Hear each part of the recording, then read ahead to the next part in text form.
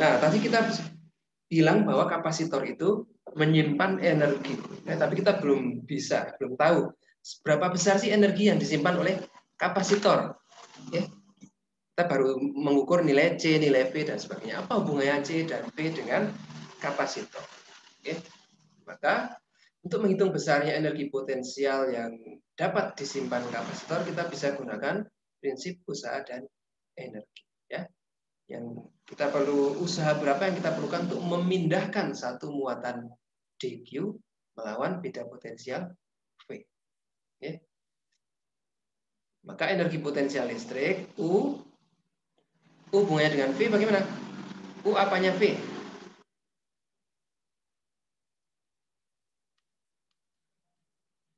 Harus sudah ngelodok di luar kepala ya. U dengan V. U adalah Q kalikan V ya, atau V U dibagi Q. Oke. Yang tadi V dengan E. E sama dengan V per R, V sama dengan E kali R. Ini sudah bisa di luar kepala ya. Kalau belum PR. Insya Allah, Pak. Harus PR ini menghubungkan ke sana. Oke, jadi kita ambil ini U sama dengan Q dibagi V. Kalau perlu di print, ditempel di kamar kos. Oke, setiap mau tidur lihat dulu. Nah, energi potensial listrik sebanding dengan usaha yang kita lakukan untuk memindahkan sebuah muatan Q melawan beda potensial V. Ya. Nah, kalau kita ambil dari satu per satu elektron saya ambil dari sini, saya pindahkan di sini. Ini kan berarti energi potensial listrik akibat satu elektron ini. Kita ambil sebagai DU. Ya. Totalnya adalah U. Untuk setiap elektron kita sebut sebagai D. Ya, maka sama dengan dQ kalikan V. Ya, maka U adalah integral dari DU tadi. Ya, dari V dQ. Dari mana? Dari muatan pertama. Sejak pelatnya ini awalnya belum bermuatan, saya berikan satu elektron. Ya. Awalnya 0. Kemudian saya pindahkan satu elektron. Jadi muatannya min 1. Saya pindahkan 2 elektron, muatannya menjadi min 2. Saya pindahkan 3 elektron menjadi min 3. Dan seterusnya sampai total semua elektron terpindah. Total muatannya Q. Berarti dari 0 sampai Q. Ya. V kali dQ. Nah, di persamaan kapasitor pelat sejajar, tadi kita dapatkan C sama dengan Q per V. Ini definisinya ya. Maka V apa? Q per C. Ya. Q per C dQ. Oke. Integral dari 0 sampai Q per C dQ. Ya. C ini adalah sebuah konstan. Ya. Kalau kapasitornya tertentu ya nilainya akan segitu. Oke. Q-nya berubah, C-nya juga pasti berubah. Jadi rasio antara Q per C selalu sama atau selalu konstan. Maka C bisa keluar dari persamaan. Ini dari persamaan integral. C integral 0 sampai Q. Q dQ apa?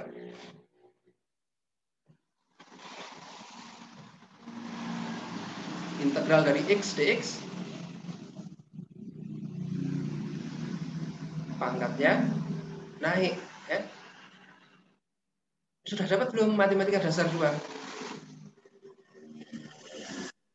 Oh, cuma dapat materi aja, Pak. Oke, kalau enggak, integral X dx. Sebuah bilangan X kita integralkan, sebuah variabel X kita integralkan, bagaimana? Pangkatnya bertambah. Ya. Ini integral ini lawan dari turunan. Maka pangkatnya bertambah. Ini awalnya 1, dia menjadi 2. Ya. Depannya kita bagi menjadi sepernya. Okay. Setengah integral X dx menjadi setengah X kuadrat. Okay. Buktinya apa? Buktinya kalau kita turunkan terhadap X, nah sama ya, turunannya 2 kalikan setengah 1. Ya. 2 kalikan setengah kalikan X berpangkat 2 minus 1. Okay. Ini 2 kali setengah kan 1. Jadi X berpangkat 1. X berpangkat 1 ya X. Okay. Berarti integral dari X dx adalah setengah X kuadrat. Ini juga sama. Integral dari Q dQ adalah setengah Q kuadrat. Oke, maka kita dapatkan C tadi sudah konstanta di luar, kalikan setengah Q kuadrat. Oh maaf, seper C ya. Ini C-nya di bawah. Seper C kali setengah Q kuadrat. Sama dengan Q kuadrat per 2C. Ini energi yang tersimpan dalam sebuah kapasitor. Kita juga bisa bolak-balik ini dengan ini. Ya. Q sama dengan V sama dengan Q per C. Maka misalnya Q-nya saya ubah menjadi V kali C ya. V kuadrat C kuadrat dibagi C, maka menjadi setengah C V kuadrat. Ya. Atau yang saya ubah adalah C-nya, maka bisa menjadi setengah Q V. Oke. Ini adalah persamaan untuk menghitung berapa banyak sih energi yang bisa disimpan oleh sebuah kapasitor dengan muatan C. Ya. Bisa Q kuadrat per 2C, bisa setengah QV, bisa setengah CV kuadrat. Oke. Nah, kapasitor didesain untuk dapat menyimpan energi secara mengisinya secara perlahan. Ya. Perlahan diisi dari 1, 2, 3, 4, 5 elektron, 6 elektron sampai penuh. Nah, isinya pelan, tetapi melepaskannya dalam waktu yang singkat, discharge. Seperti ngisi ember tadi ya. Satu ember ngisi, kerannya kita buka sedikit, kemudian sudah seperempat, sepertiga, setengah, 2/3 sampai penuh. Menggunakannya kita bisa menyiramkan satu ember sekaligus. Ya. Discharge-nya bisa dalam waktu yang singkat. Ya. Nah, besarnya energi yang dapat disimpan per unit volume kita nyatakan sebagai densitas energi.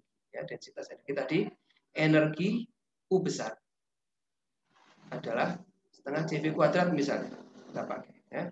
Nah, ada namanya U kecil, yaitu U besar per volume, volume dari kapasitor. Misalnya dalam hal ini kapasitor 2 plat sejajar, maka volume ini plat bawah, plat atas. Ya. Ketebalannya D, luasnya A. Maka ini kan menjadi sebuah kotak. Bentuknya kotak dengan volume A kali D, alas kali T. Alas kali T. Oke. Setengah CV kuadrat dibagi AD. Nah, kalau plat sejajar, C-nya adalah epsilon 0 A per D, dan V adalah E kali D, maka kita dapatkan di sini setengah epsilon 0 A per D kalikan E kuadrat D kuadrat dibagi AD. Ini ya. Nah, ini D kuadratnya hilang, A-nya hilang, maka kita tinggal E kuadrat epsilon 0.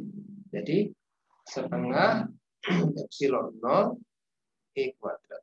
Ini energi density. Ya. Besarnya energi potensial listrik yang dapat disimpan per satuan volume kapasitor. Ya. Nah, densitas energi yang besar memungkinkan kita bisa menyimpan energi yang banyak dalam ukuran yang sangat kecil. Ya. Ini yang menjadi fokus untuk beberapa riset terbaru di bidang penyimpanan energi kapasitor. Okay. Nah, kapasitor bentuknya seperti apa? Seperti ini yang kita sering lihat. Ya. Yang Anda sangat familiar biasanya ini nanti akan ketemu di elektronika dasar. Okay.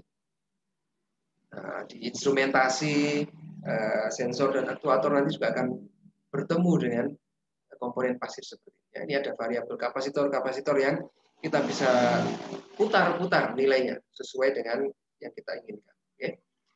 Ini yang Anda pakai untuk dulu waktu zaman dulu ya, TV belum pakai remote tapi masih pakai putaran. Anda sempat melihat tidak TV yang channelnya dilihat dicari dengan memutar, atau radio mungkin ya, channel berapa ya kan ini diputar, radio lama itu menggunakan variabel kapasitor yang kapasitasnya bisa diputar. Ya. Nah, ini kapasitor ini kalau kita buka isinya lembaran, ya, 2 buah konduktor yang dipisahkan oleh sebuah insulator di tengahnya. Ya. Jadi ini adalah dua plat sejajar. Ini ya, ini konduktor, ini konduktor. Dan di tengahnya ada sebuah material dielektrik. Ya. Jadinya dua plat sejajar, kemudian kita gulung. Nah, menjadi sebuah bentuknya tabung seperti ini. Ya. Ini jenis kapasitor yang lain, kapasitor kertas, kapasitor mika, kapasitor keramik. Ini menentukan adalah apa yang di dalamnya ini ya. Dielektrik yang digunakan. Insulator yang digunakan antara dua plat ini yang warna hijau ini ya. Kalau dia dari kertas maka menjadi kapasitor kertas. Kalau dia dari mika, kapasitor mika. Kalau dia dari keramik maka kapasitor keramik. Kalau dia dari polimer maka menjadi kapasitor polimer. Nah, kapasitor komersial ini ada dalam berbagai ukuran dari picofarad yang paling kecil 10 berpangkat 12 sampai mikrofarad 10 berpangkat minus 6. Oke. Dan memiliki rating tegangan maksimal yang berbeda-beda. Ya, misalnya ini maksimum tegangannya berapa? Misalnya 15 volt. Di sini kita lihat 75 volt ya. 220 mikroampere. Mikrofarad 75 volt. Ini 75 volt juga ini. Ini dari yang berapa volt sampai yang ada 330 volt bisa. Oke. Bervariasi.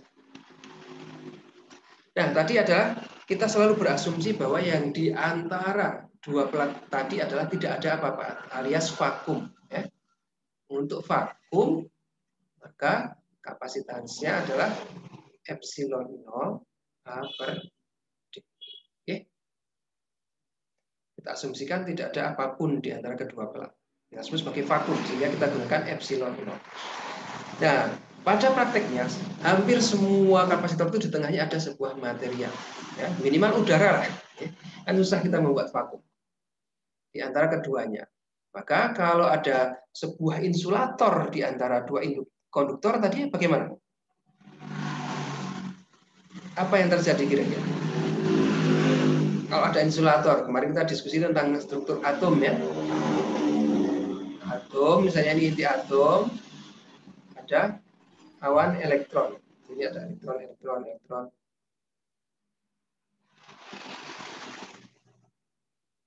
Kalau saya letakkan di antara dua buah plat, yang satu bermuatan positif, yang lain bermuatan negatif, apa yang terjadi pada atom ini?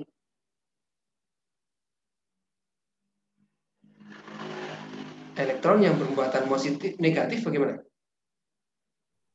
Dia pasti akan yang positif. Interaksi ya, ditolak oleh plat negatif dan akan ditarik oleh plat positif. Oke. Nah, nanti bentuknya menjadi kira-kira ya, kira-kira nanti ya akan seperti ini ya. Nah, ini atomnya mungkin di sini, elektronnya lebih banyak di sisi yang lainnya. Oke. Menjadi sedikit bermuatan negatif, ini sedikit bermuatan positif. Ya. Nah, ini namanya terjadi polarisasi. Polarisasi sebuah molekul atau sebuah apapun itu ya, sebuah insulator. Kalau dia bersifat insulator, maka yang bisa dilakukan maksimum adalah terpolarisasi seperti ini. Oke. Nah, adanya polarisasi ini akan mengurangi beda potensial. Di sini misalnya awalnya adalah 10 volt, tapi ini dikurangi. Ini ada polarisasi yang berbeda, positif ke sini, negatifnya ke sana. Ya. Yang dari plat ke sini. Oke, positifnya di sini, negatifnya di sini. Yang dari molekul, positifnya di sini, negatifnya di sana. Maka ini misalnya dia mengurangi sebesar 1 volt. Maka seolah-olah tegangan listrik di antara dua plat ini tidak 10 volt, tetapi 10 volt dikurangi 1 volt, 9 volt. Ya. Nah, jadi nilai tegangannya bisa seolah-olah berkurang. Okay. Nah, tadi kita dari definisi adalah kapasitansi itu Q per V. Ya. Jumlah Q yang bisa disimpan. pada potensial V tertentu. Nah, ketika kita tambahkan di elektrik, di sini ternyata V yang dirasakan antara dua plat ini berkurang. Seolah-olah jadi awalnya 10 ya, menjadi seolah-olah dirasakan menjadi 9. Maka ini masih bisa diisi lagi, elektronnya bisa ditambahkan lagi dari sini ya. Kita tambahkan, ambil elektron, tambahkan ke sana. Oke. Nah, artinya yang awalnya maksimum dia harusnya 10 volt, dalam hal ini kalau kita tambahkan di elektrik yang bisa memberikan efek tegangan listrik 1 volt, maka kita bisa mengisi kapasitor ini dengan tegangan 11 volt ya. Jadi aktualnya 11 volt, tapi yang dirasakan adalah 11 dikurangi 1, jadi 10 volt. Ya, misalnya maksimumnya 10 volt. Oke. Maka artinya Q-nya bisa kita naikkan. Kalau Q-nya dinaikkan, maka C-nya juga bisa naik. Oke. Nah, di sini pernyataan ini maksudnya ya. Nah, jika ada material insulator di antara keduanya, maka V tadi akan berkurang, seolah-olah berkurang. Oke, 10 kurangi 1 tadi. Sehingga K, kapasitansinya bertambah, C-nya bertambah. Ya. Seberapa besar bertambahnya? Sebesar faktor K. K ini kita sebut sebagai dielektrik konstan. Kemampuan sebuah dielektrik untuk menaikkan, untuk meredam beda potensial di antara dua plat. Ya. Maka kalau awalnya adalah C0, adalah epsilon 0 A per D, kalau kita tambahkan dielektrik menjadi C. Ya. Epsilon 0 A per D kalikan K. Ya. C0 Q per V0 ini menjadi C sama dengan Q per V. Ya. Artinya ini bisa lebih besar. Jadi sekarang kita sudah punya formula yang mendekati kenyataan. Ya, kalau epsilon 0 A per D ini adalah untuk vakum, maka untuk ketika kapasitornya berisi sebuah material tertentu, kita tinggal tambahkan K saja di depan. Ya. Kita sebut sebagai dielektrik konstan, konstanta dielektrik. Ya. Nah, ini tadi yang kita jelaskan. Misalnya dia sebuah molekul, ya. Maka ketika diberi tegangan dia akan menyusun diri sebagaimana sehingga yang negatif tertarik ke positif, yang positif tertarik ke negatif. Seperti ini ya. Nah, ini membuat sebuah efek seolah-olah mengurangi V. Oke. Ini kan saling meniadakan di arahnya berbeda. Nah, maka seolah-olah V-nya lebih kecil. Ya. Nah, ini. Bagaimana dielektrik mampu melakukan beda potensial antara dua plat namanya polarisasi.